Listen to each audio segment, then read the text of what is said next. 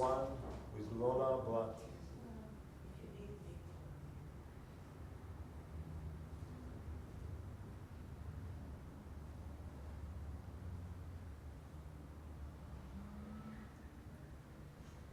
Today, April 5th, 1995, testimony of Lola Blatt, interviewed by Sandy Jacobson in Los Angeles, California, United States, conducted in English. Test. This is Lola Blatt. I'm Sandy Jacobson. This is tape 1. The date is April 5th, 1995. We're in Los Angeles. It's a good thing I learned to speak English, had no time to go to school. Lola, thank you very much for giving us your testimony. Will You're you welcome. tell us your name and the name you were born with? My name is Lola Blatt. I was born in Poland, Będzin, and my maiden name was Lola Potok, When were you born? or Leia Potok, whatever. When were you born? What's your birth date? March 20th, 1921. Tell me about your family, if you would.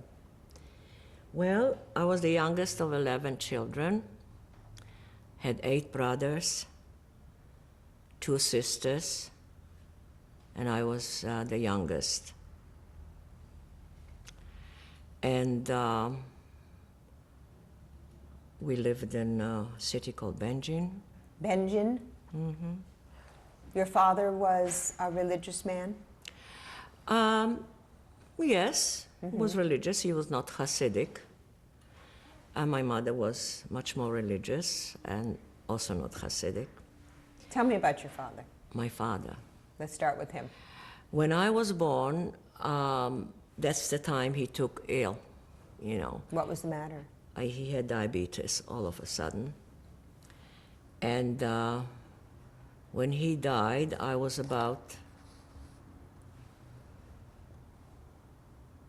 the most 10 years, or maybe less. But I was very spoiled by him because when he got sick, my mother took over everything. She decided that he shouldn't budge or do anything. It seems to be, it was quite, when I got older, I realized that they were not the ordinary Jewish religious couple.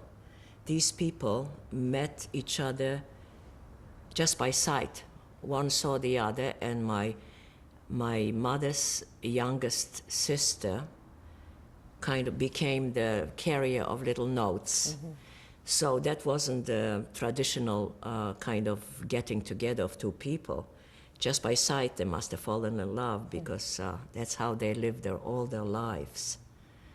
And of course, I found out a lot more about it when I came to America, and I met my mother's youngest sister.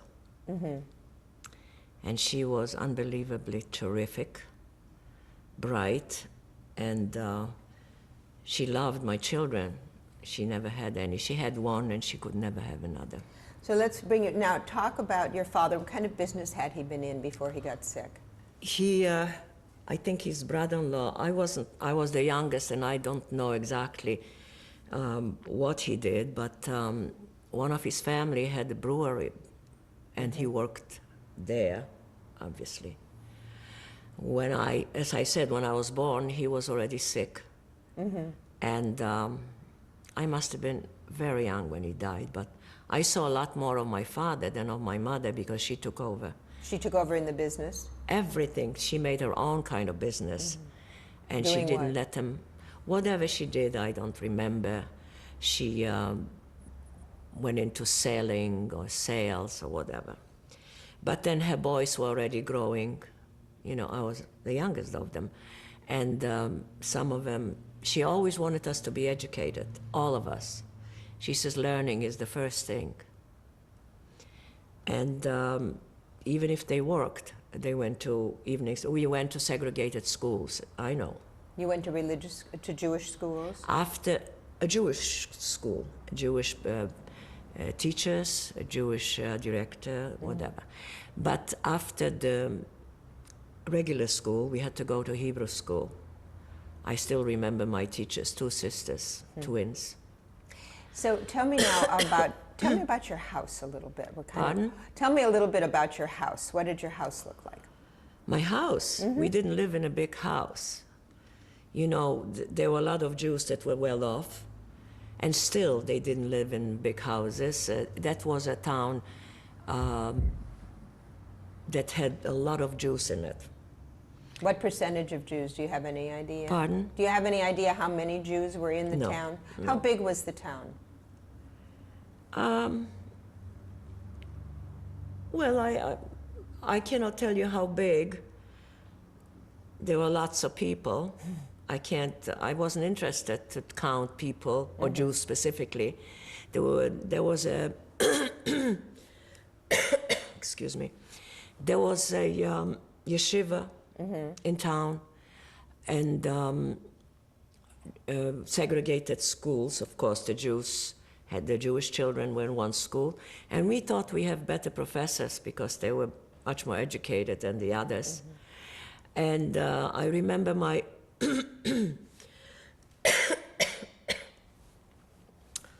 the first time that my brother Henry went to, he decided to be educated no matter what. And then he went to school, he went to university in Elsass-Lothringen. It was supposed to have been either German or French. At the time, it was still French, kind of. And from there on, he remained in France, and then he went to study at the University of London. That's the man that I knew well, because he just died 2 weeks ago. So he was He was the last of my brothers to pass away. Did you, besides your brothers and sisters, did anybody else live in your house? My grandfather came to live with us, even though we had little place. We didn't have luxurious housing like here. My father was sick. My mother did her work to make a living for us. But it was a house that was always open to everybody. And I recall that I saw my grandfather the first time in my life, and the first one. My mother's parents were already gone when I was born, and he was tall and gray beard and looked like Moses, very tall, straight. And because he came to our town, because he had another son in a town that was called Lodz, and that was that center of textile development by the Jews. And this other son, the older one, had 11 children, 8 daughters and 3 sons. And my grandfather said he couldn't be there because they cannot afford. And he came to our town and went to an old age home. My mother came home and she found out that he's there. And she went right across town and brought him home. She said, my father-in-law is never going to be in a place like that. That's the kind of woman she was. Her door was open to my father's sister's daughter, because their both parents died, and so the relatives took the children. This one was the older daughter, and she stayed with us. And my grandfather was very specific about cleanliness, or he would see dirt on his bulb, he would stand up and clean it. Your father? My grandfather. Oh, your grandfather. My grandfather. And when he came home from prayers, he checked whether she did the bet right, Franja. That was who was he checking on? Who's cleaning? Was this a maid? That was the girl that we took in, my cousin. Actually your cousin. And my grandfather wanted to see whether she does the right thing. He would put a coin on it, like they do in the military here. But I wasn't aware of such things at that time. What languages did you speak at home? We spoke Jewish. My mother spoke Polish, German, Russian. My mother was a bright woman. And of course, she knew the Talmud by heart. That's the family she came from. Well, Okay, so you were saying that all the languages that you spoke in your home. Let me That's ask my you. mother spoke. Nobody in Benjin that I know of, Jewish women, spoke Polish like that. She was a very bright woman. She was educated in a religious home, and they believed in education just like she did Now, let's for her talk a little- children. Let's talk a little bit about when you went to school. Did you have friends? I know in your school, you went to a Yeah. Jewish school, but did you have friends in the town who were not Jewish at all? Well, when I was very young, and my father was very sick, and we lived in an area where there were Gentiles too, and because my mother, he was in a hospital, and when she was bringing him back, she wanted him to be by the water where there's fresh air and all that. So I played with, I was very young, I played with a little guy, a Christian boy, and all of a sudden I noticed that he looks around when we play or something, and I said, "Are you ashamed of me?" And he didn't answer, and I said, "Don't you ever talk to me again," because I felt we knew that we are Jewish, we're different. So even so young, you knew that if he was acting strangely, it had to do with your being Jewish. Right, because his parents would bring him up that Right. way. But how did you know? Did your parents used to talk about this feeling Well, that was we in the knew air? at home, we talked about how difficult it is to live in a town that has a lot of Jews. However, they still, like they say, kikes here. There were religious Jews with payas and things, and there was a yeshiva. And one of the girls went to school with me. Her father was the very Hasidic Jew and all that. And I knew the differences. We all knew the differences. Between the religious and the more worldly Jews? No. The Jews, we made no difference. I mean, there were many religious Jews. Some of them are very Hasidic, some of them less Hasidic. But I used to go there was a big temple, which was burned down when the Germans came in. And there were separate things. My father had a group of people that they had their own shtibel to pray and all that. And I was the youngest, very spoiled by my father because he was home more than my mother. So he would take me to the prayers. And I was very proud that he takes me with him, because I was a girl. But I was very sensitive to these things all of a sudden.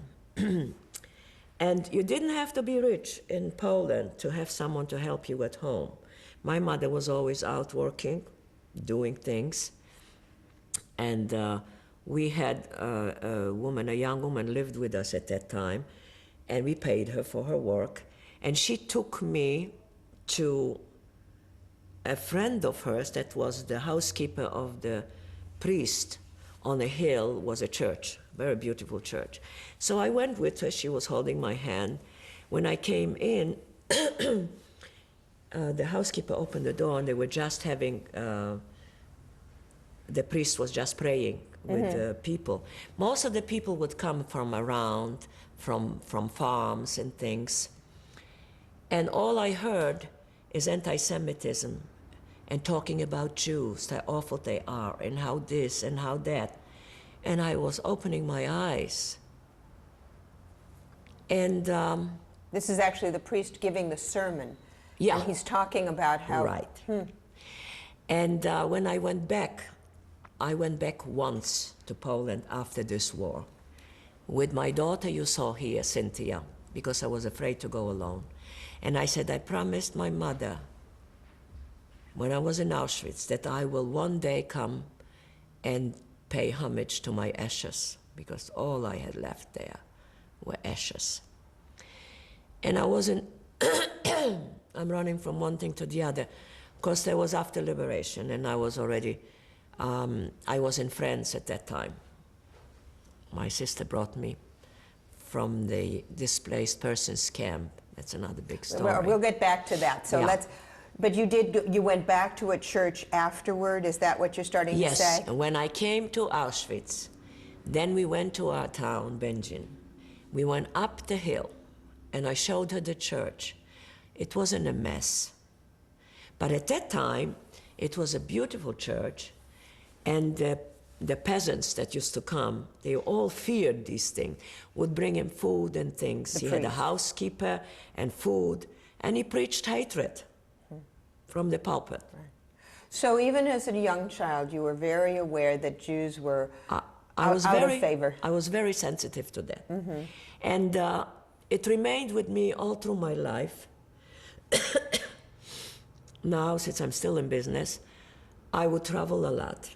And I was in Paris one day to a meeting, and there was a gentleman that I met, and he was across the room and drank a toast to me or something.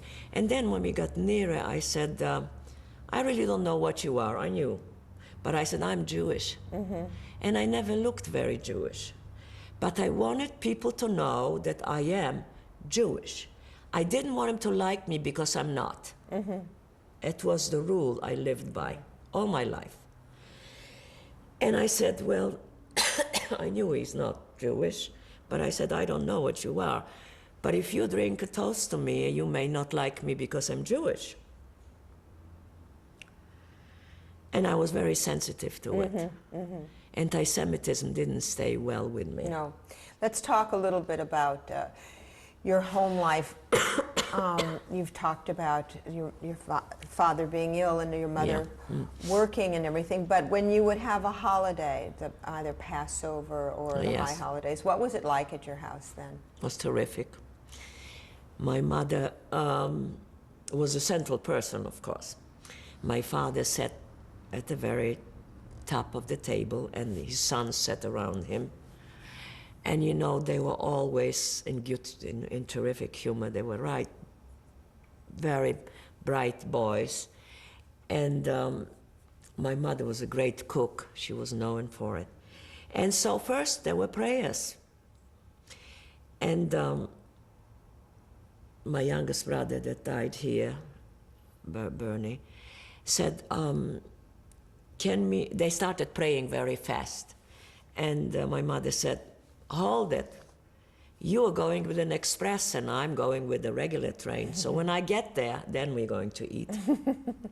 They thought that if they pray fast, we're going to eat. Right. She had a great sense of humor. She had intelligence. There were many Jewish women that were not that way. They didn't have the upbringing. But we were not the judge of any one of us. There were Hasidic Jews that would sell milk. There was no job, even in the post office, that a Jew would be taken in. So people became shoemakers, dressmakers, clothes makers, so that they can educate their children. So you mean in the city, of course, in the whole country, there were no Jews were not allowed to hold any kind of jobs in government? No. How about owning property? Well, I don't know about that. Some of it maybe did, but I was much too young to know that. Right. But I was very sensitive to these things. And there were lots of Jews in this country that were rich. Like in Lodz, for example, there were a lot of people that developed businesses that made them rich. But they had to be either shoemakers, dressmakers, material makers. Right. They couldn't get a government job. And if they took the Jews to the military, which they did, one of my brothers was very religious. So my mother used to send him kosher food to eat. But even if you were in the army and you saw an officer, you had to go down the sidewalk, because he couldn't go by you, he wouldn't. Or you couldn't go by him. You had to step out of his way. And from childhood on, I couldn't stand it. I'm not a hateful person, but I disliked all of them that way. So now when... Maybe other people didn't notice it. I did. I don't know about other people. Well, when you were in your teens, 15, 16, trouble was brewing in Europe, but did you then go on to high school? Did you go to high school, or did you start working? I went to whatever school we had, I finished that. And I went to Hebrew school after school time. So I don't know what they called it. What were And by your, the time I would have gone to higher education, we were out in, you know, we were now going to Auschwitz, something. when, what's your My first... brothers seeked higher education. They left Poland. What's your first memory of the war, of a war of trouble with Germany? When they came into our town, That's your first memory. Before that, you really were unaware. no, we didn't read like we do here, what's going on in Japan and here and there in Germany. It was September, very Of what hot year? day, Of what year? when they walked in. And my So that mother was took me by 19 her hand and we started running. Okay, first let's go back a sec. What year was it that they came in September? Was it 1939? 1930, 31? No, No. 9, I think. Wasn't it 36 or something? No, Okay. If you don't remember, it's okay. I don't. So you were, where were you when you say they came in? At home, At home, in the house? in the house.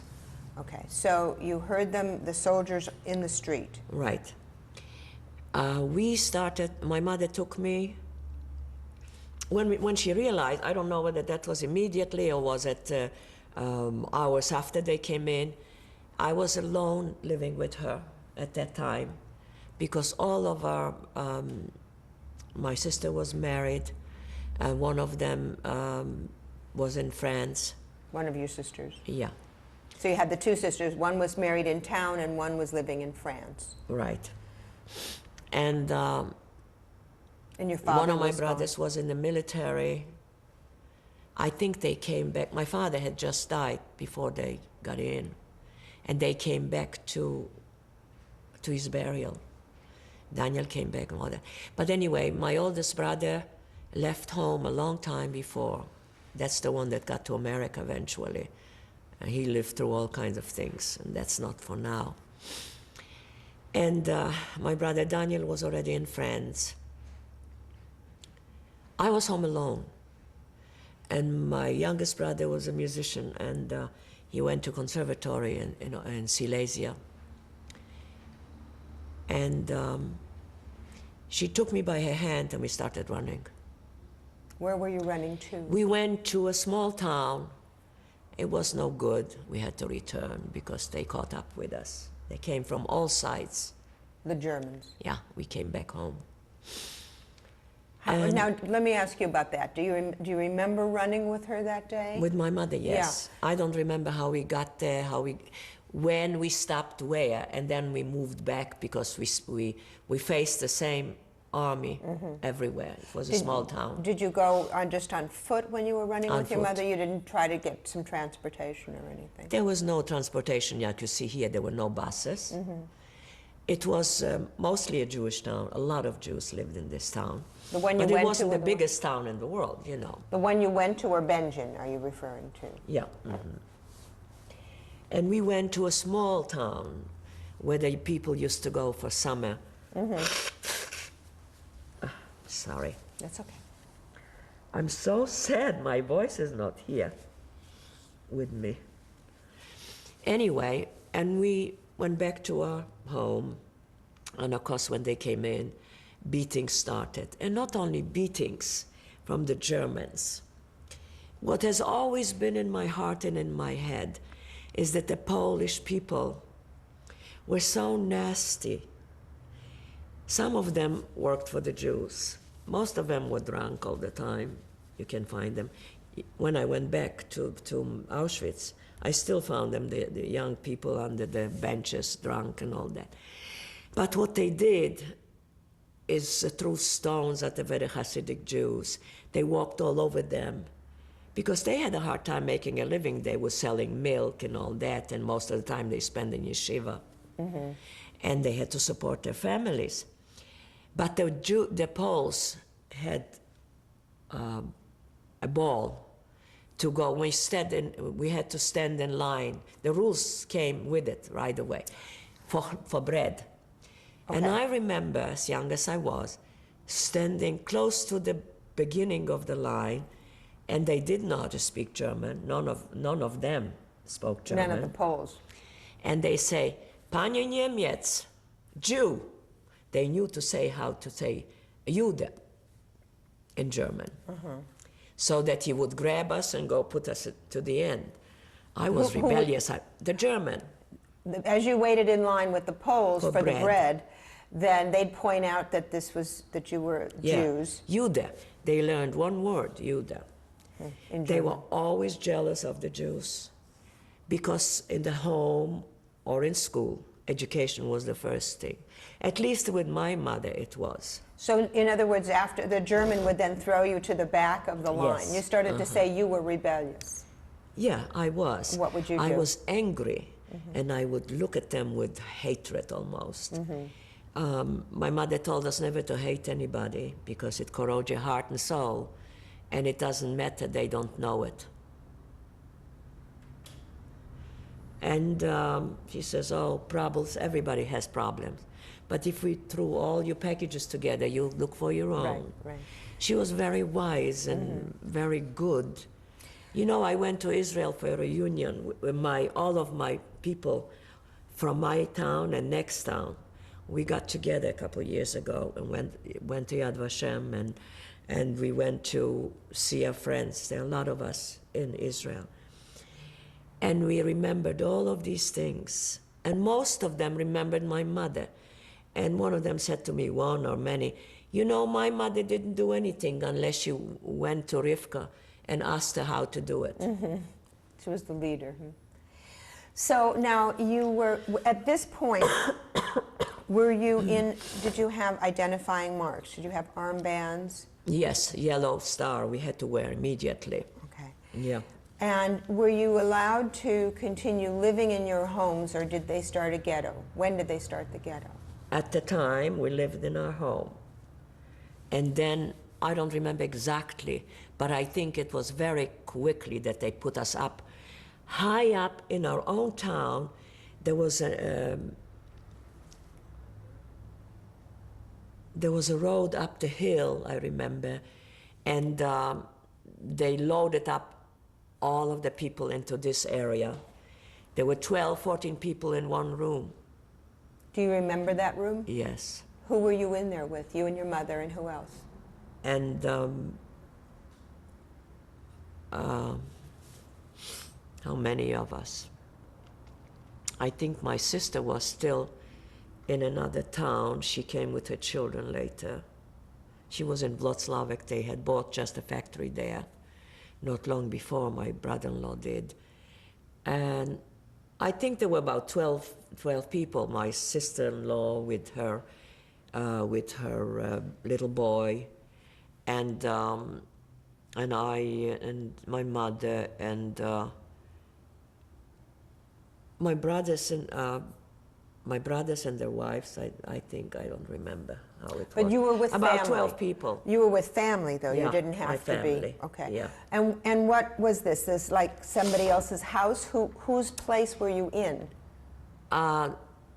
That was really a place that were growing things, and some of them lived there, but they put them down. So in other words, they emptied an area. They Probably, vacated an right. area. Yes.